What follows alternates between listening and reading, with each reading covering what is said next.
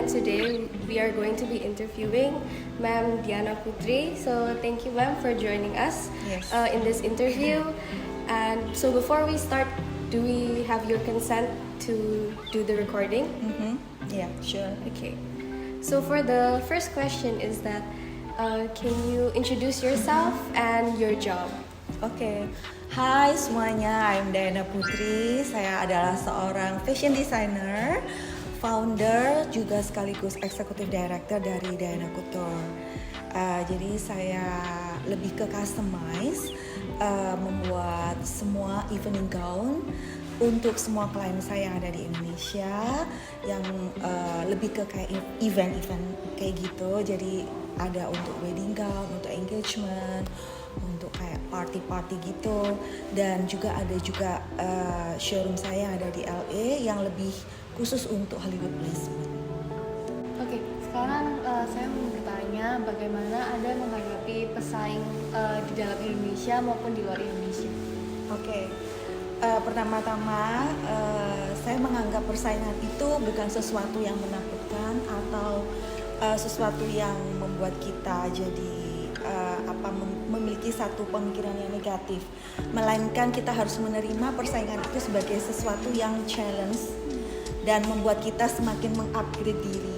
Gimana dong caranya kita selalu ngikutin perkembangan zaman, apalagi kalau fashion itu nggak berpaku pada satu zaman tertentu.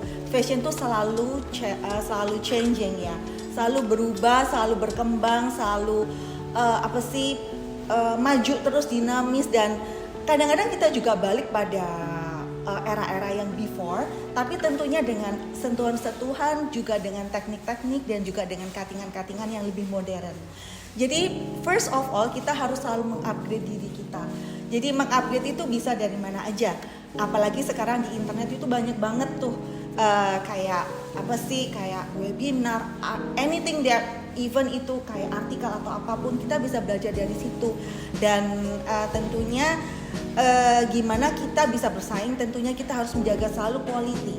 Jadi quality itu nggak bisa berbohong, karena pada akhirnya nanti klien yang terima barang dari kita itu pasti dia melihat quality-nya tuh gimana. Quality-nya itu evening gown itu atau baju untuk perform itu apakah bisa dipakai dengan baik, gimana finishingnya, gimana itu bisa apalagi kalau untuk LA ya, untuk performance itu sangat penting banget, gimana baju itu bisa nggak sampai terjadi sesuatu hal yang sampai mengganggu dari performance itu, apalagi untuk event-event gede yang ada di LA seperti itu. So for the third question, how did you manage to expand your business globally? What to prepare and how do you spot the opportunity? Oke, jadi ini Alti cerita dulu ya, gimana Alti bisa masuk ke dunia internasional. Jadi itu bermula dari tahun 2015, di mana Alti itu lolos kurasi untuk ngikutin New York Fashion Week. Waktu itu tahun 2015, dan itu diikutin oleh 55 negara dan sekitar 200-an fashion designer. Dan itu adalah, it was my first fashion show. Jadi sejak Anti kerja tahun 2010 sampai tahun 2015 itu Anti nggak pernah sekalipun ngikutin fashion show. Karena Anti merasa aku udah bisa ngejalanin my business dan aku udah punya clients. Jadi aku pikir nggak usah deh ngikutin fashion show.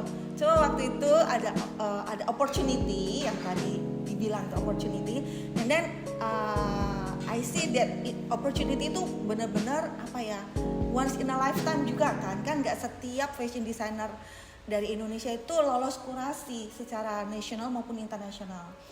And then opportunity itu Aunty ambil dan Aunty mempersiapkan tanpa berpikir sedikit pun untuk bisa memenangkan event tersebut.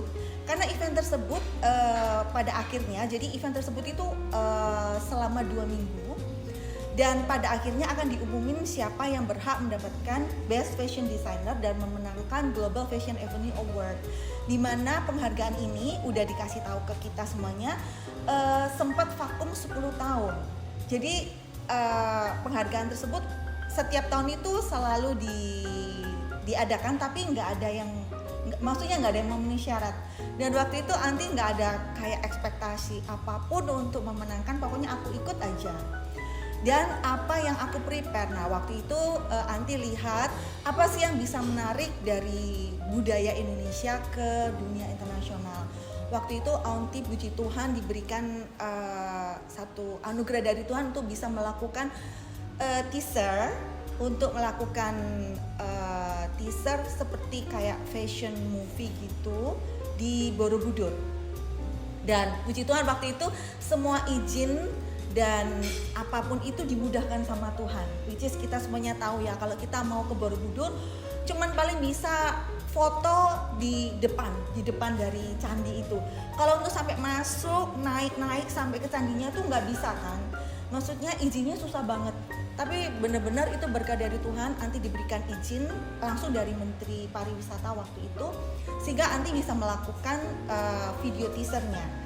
Dan video teaser itu kemudian Anti kirim ke founder dari Couture New York Fashion Week. Waktu itu foundernya adalah Mr. Andres Aquino. Dan beliau sangat surprise banget, excited, dipikir Borobudur tuh India, ternyata kan Indonesia. Dan oleh beliau video itu diupload, and then sebelum fashion show-nya Anti, video itu tuh udah viral di New York. Dan waktu itu juga Anti mendapatkan kesempatan untuk membuka, jadi opening.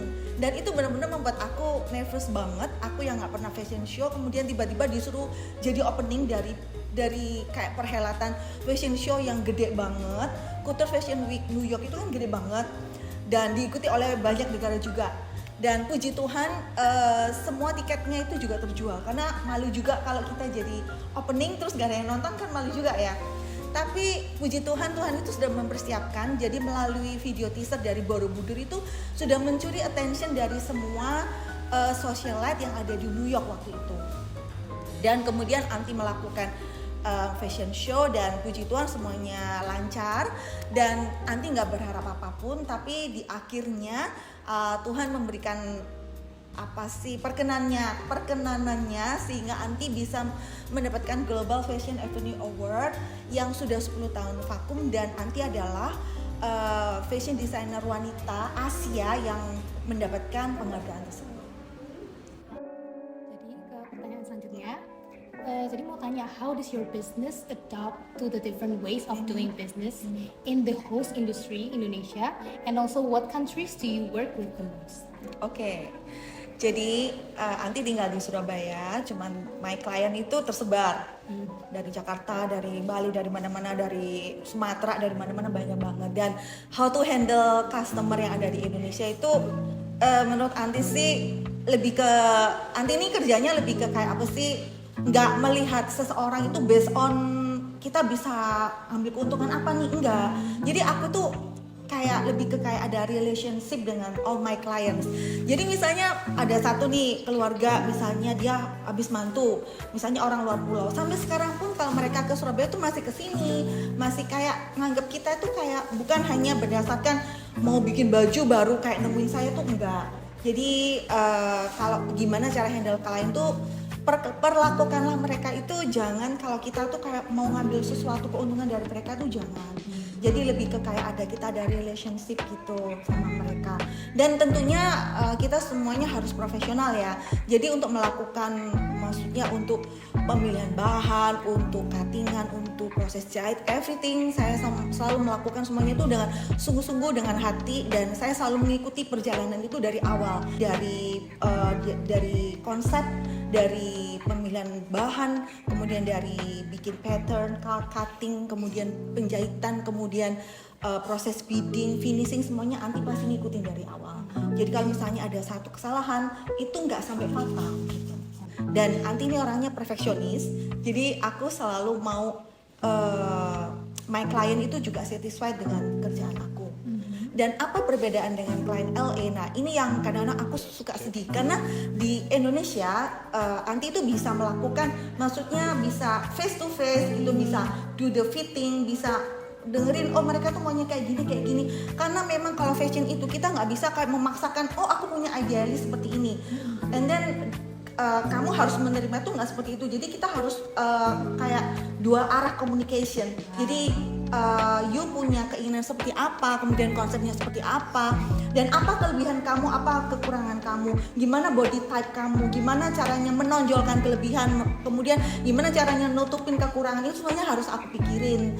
Dan tentunya kalau di LA itu saya nggak bisa melakukan fitting, saya nggak bisa interaksi dan lain sebagainya, dan itu semuanya dilakukan oleh PR saya yang ada di sana.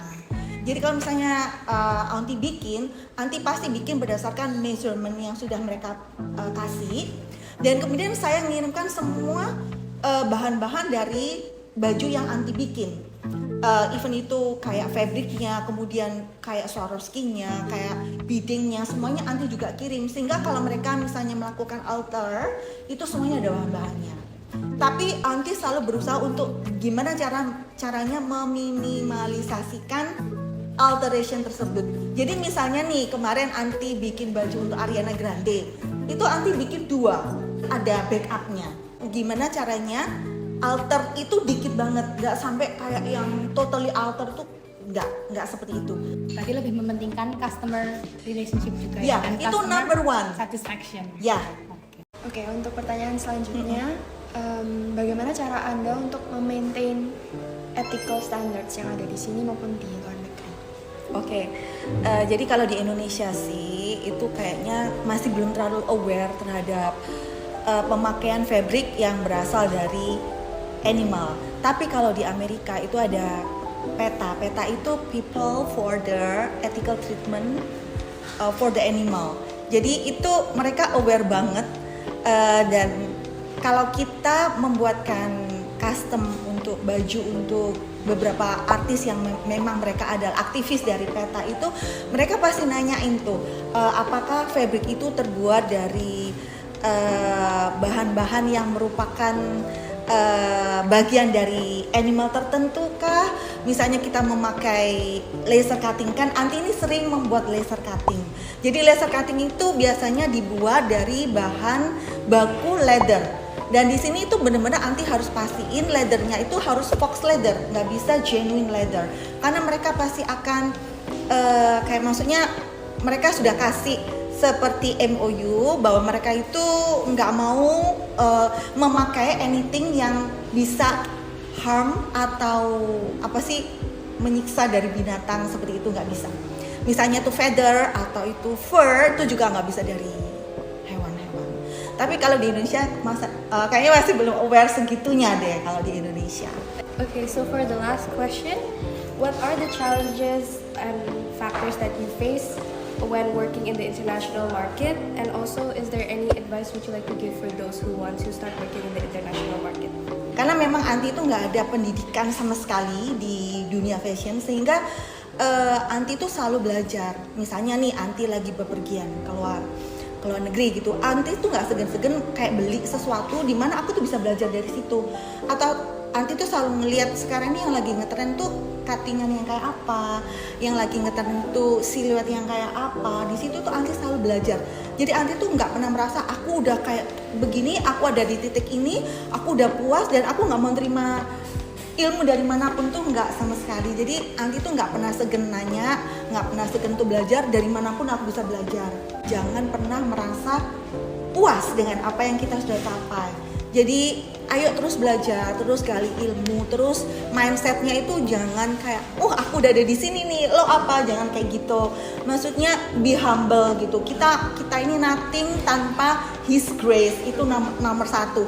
Selalu libatkan Tuhan, itu kelihatannya klise banget, tapi itu bener-bener luar biasa. Kita mau jadi profesor atau apapun, tapi kalau tanpa His grace itu nggak mungkin. Hanya Tuhan yang bisa buka jalan buat kita dengan caranya yang ajaib. Seperti dalam perjalanan kehidupan Aunty, aku gak pernah mengecap sedikit pun pendidikan fashion. Tapi ini jangan ditiru. Kalian zaman sekarang, pendidikan itu ada di mana-mana. Kalian harus serap, harus menimba semuanya. Sebanyak mungkin, harus selalu haus akan ilmu. Tapi Tuhan tuh nomor 1. Dan kemudian push to the limit. Be the best version of you. Kemudian always humble, jangan pernah sombong. Okay, so thank you for the answers. Thank you Yes, untuk welcome. interview ini.